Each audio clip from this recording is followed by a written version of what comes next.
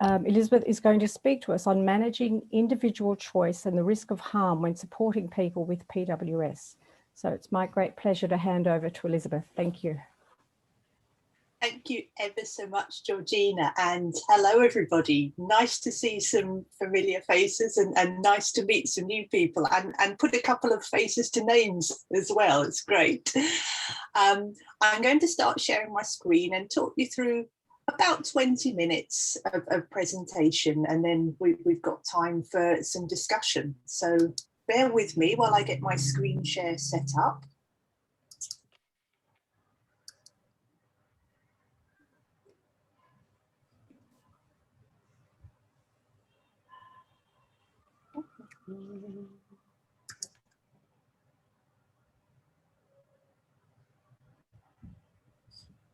And I'm just going to check with Nora. Is that the right view that you can see, Nora? That's perfect, Elizabeth. Thank you. Yeah. Excellent. Perfect.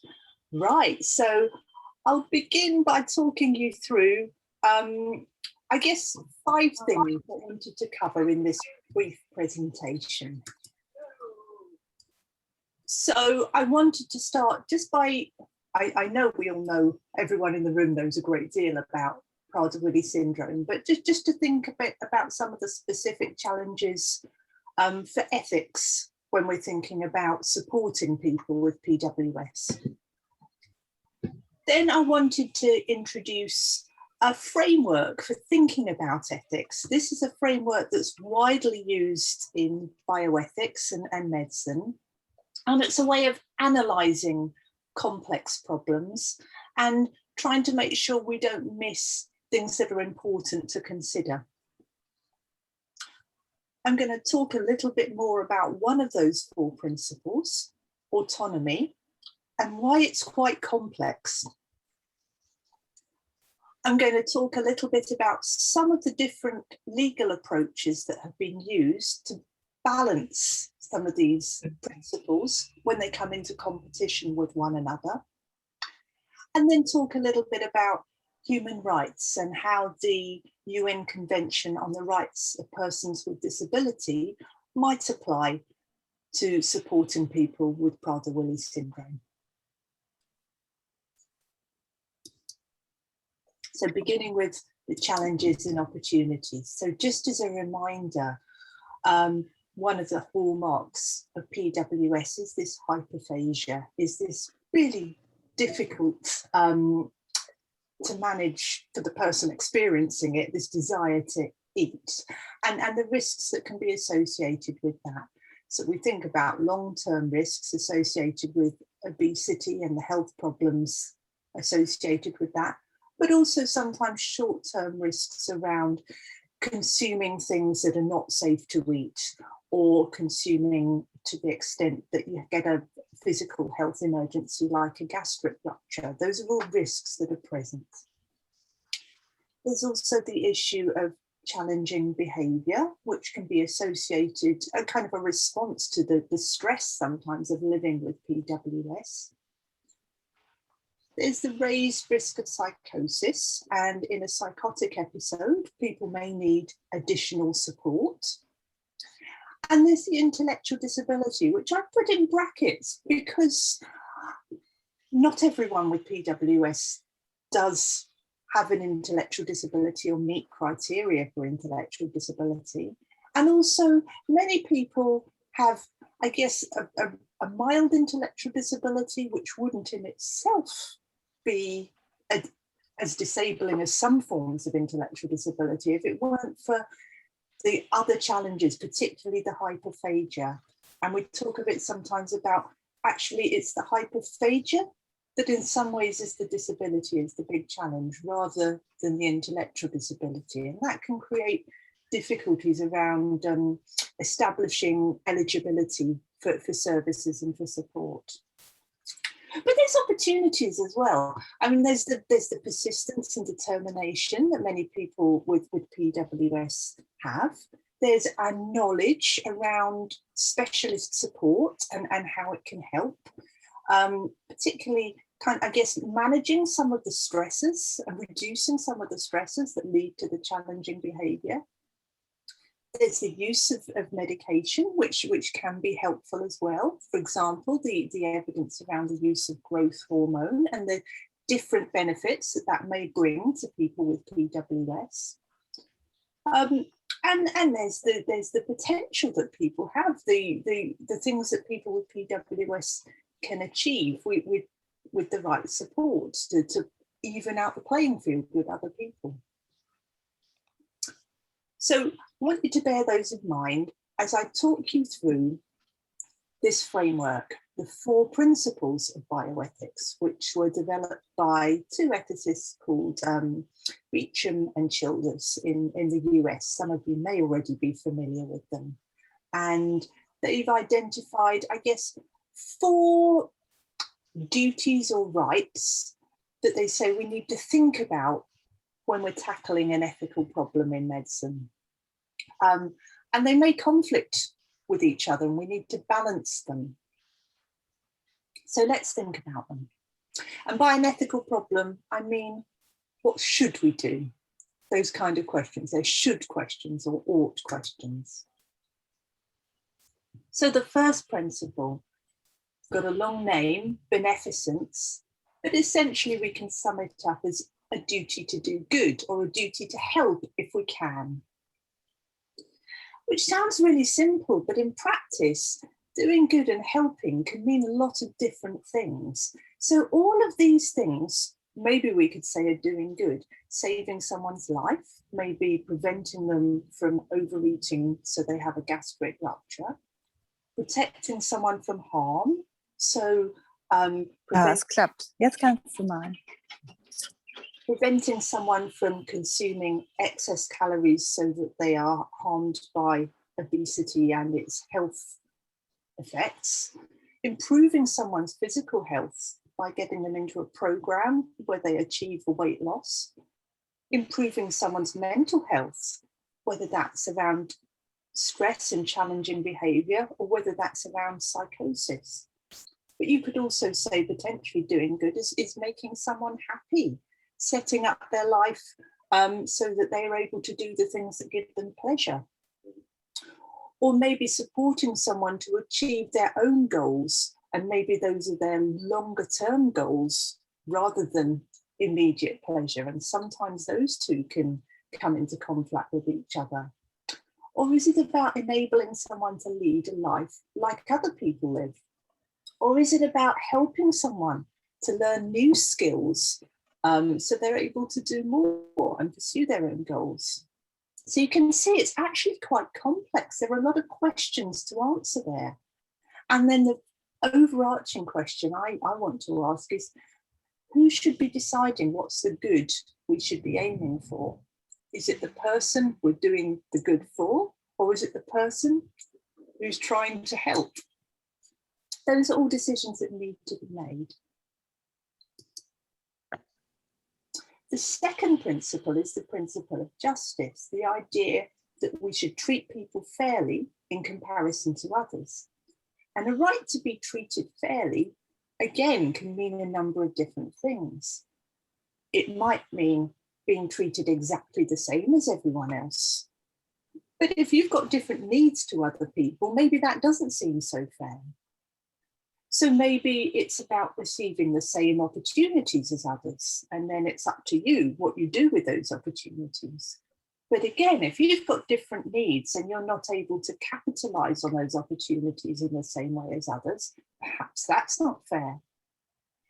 So maybe it's about getting support to achieve the same outcomes as others. And we'll think about that a little bit when we talk about the convention and some of the rights under the convention. Or another way of looking at it is saying that no one gets more than their fair share of available resources. And in some contexts, that might be resources like food, particularly in very resource limited areas. In other contexts, it might be a share of healthcare resources.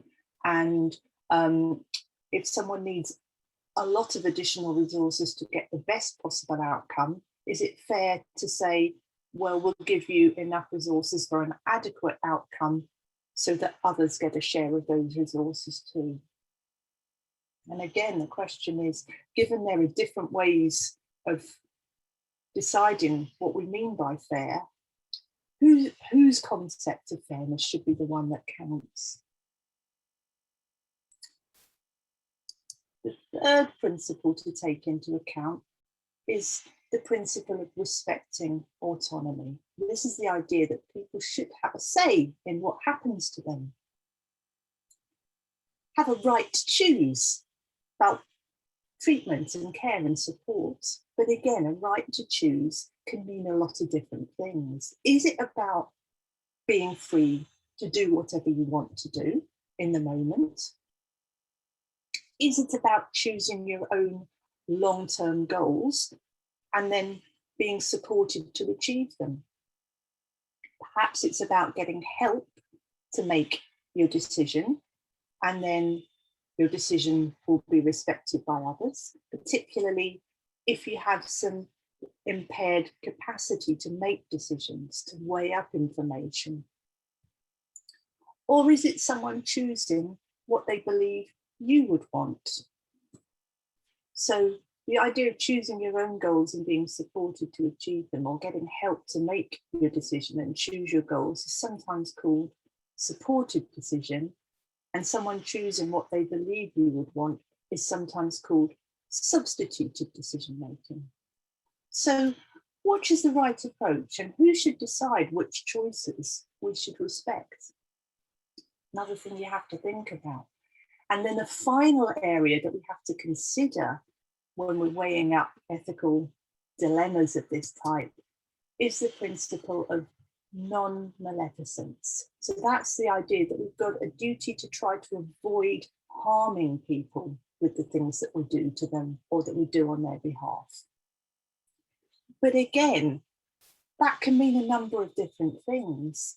So it might be withholding something that could make someone ill, whether that is a treatment that has a side effect for somebody, which outweighs the benefits, or maybe it's preventing someone from eating something that they want to eat that we believe is going to make them ill. It could also be about thinking about whether we should continue a treatment that we've started if the burdens outweigh the benefits. But it's not just about treatment. There are other ways we can harm people. We can harm people by depriving them of their liberty, or by taking away their rights. Or we can harm people by doing things which make them miserable, perhaps in the interests of their health. Or we can harm people in the long term by removing their opportunities to develop and perhaps even learn from their mistakes.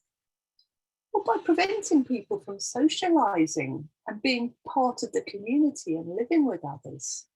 Those are all potential harms, some of which may be outweighed by benefits and some of which may not. And again, my question is, who should be deciding which harms we should be avoiding? So you see, it's quite complicated. On the face of it, a nice, simple 4 things we need to think about, but each of those 4 things are quite complex. But what I think is quite useful is if you work your way around these 4 areas, you can generally make sure you're taking into account things that are relevant to the decision. And different people may come to different conclusions about the appropriate balance between each of these 4 areas. I said I wanted to talk a little bit more about approaches to autonomy because I think it's particularly complex and it's particularly relevant in the kind of situations we're talking about here, where we're talking about support which may involve restriction of someone's autonomy. And I just want to point out, in a sense, autonomy varies over time. So very young children have very limited capacity to exercise autonomy.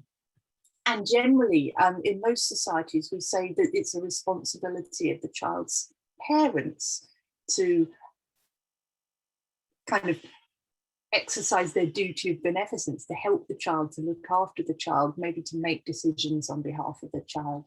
But that capacity does develop as the child does, whether that is a neurotypical child or that's a child with a condition such as Prader-Willi syndrome. And the amount of autonomy that's appropriate to accord to that person increases as their capacity to make their own decisions increases. So it's not something that's fixed.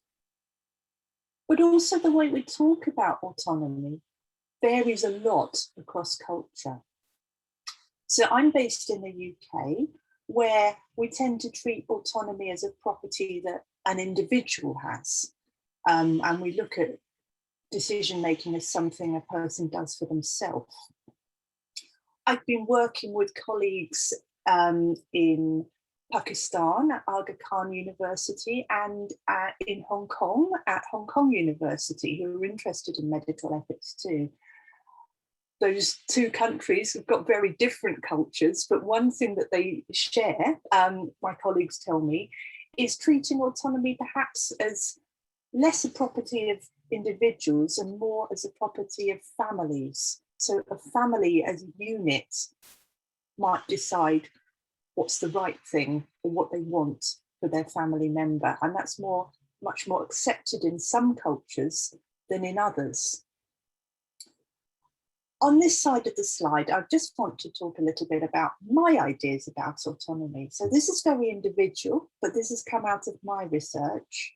I thought I'd share it with you. And I think there are three important components to autonomy. And I think to be fully autonomous, you kind of need all of these three components operating. So you have to be able to know what you want and know what you have to do in order to achieve that. You've got to be able to create your own goals, understand your own values and how to achieve them. You've also got to be able to know what's going to get in the way of your goals. So you've got to be able to avoid, I guess, self-defeating or self-harmful behaviour. And then the third component is self-protection. You've got to be able to prevent other people from telling you what you must do, or resist other people telling you what you must do if what they're saying you must do is what is good for them, what they want, rather than what's good for you and what aligns with what's important to you. And all of us at different stages in our lives are going to have, you know, greater or lesser ability to do each of these three things. So bolstering someone's autonomy might be about understanding which of these areas maybe they're lacking some skills in at the moment and how you can support that area of their autonomy. So last couple of slides are just thinking a little bit about some of the legal frameworks in which this kind of decision-making operates. And these are developed over time. So certainly talking about the UK context, and I think this is probably similar in other countries too. In the past, there was sort of an approach that was people with certain conditions couldn't look after themselves, so they would be institutionalized and all decisions would be made for them. In some ways, perhaps that safeguarded people's health, but in other ways, it did some harms around depriving people of their liberty and depriving people of the opportunity to grow and develop and to pursue what was important to them. So there was a move against institutionalization, and the first step was around, I guess, the idea of guardianship, saying people didn't necessarily need to live in an institution, but they needed someone who could make decisions for them, who could decide what was good for them, who could safeguard them, and that person was their guardian. And once guardianship was awarded, that guardian often made all decisions for that person. So it was potentially quite restrictive, although there are types of guardianship that persist in many countries, which are limited, and the guardian can make decisions in a specific limited scope of life for the person, or they can make decisions that the person has been judged unable to make for themselves, but the person makes their own decisions where they're able to. I guess that moves into some of the more modern approaches, one of which is thinking about decision-making capacity. So rather than saying because of a condition someone isn't able to make their own decisions, or perhaps we're concerned about the decisions someone's making, so we're going to step in and override them, we're going to look at someone's ability to make their own decisions. And where they're able to make their own decisions, we'll respect them. But if they're not able, at times when they're not able to make their own decisions, we will make them on their behalf using the idea of best interests. So we'll combine what was best for someone, that principle of beneficence, and also an element of what we think they would decide if they were able to make the decision. So bringing in an element of respect for autonomy. And that's substitute decision making. That's saying, I will make those decisions for you because you don't have the capacity to make the best possible decision for yourself. Moving forward, there's a move to thinking about this a little bit differently with supported decision making, saying everyone's got some kind of capacity for making choices for themselves, and our role is to bolster that capacity and provide support to enable that person to make a decision that aligns with their will and their preferences, with what's important to them.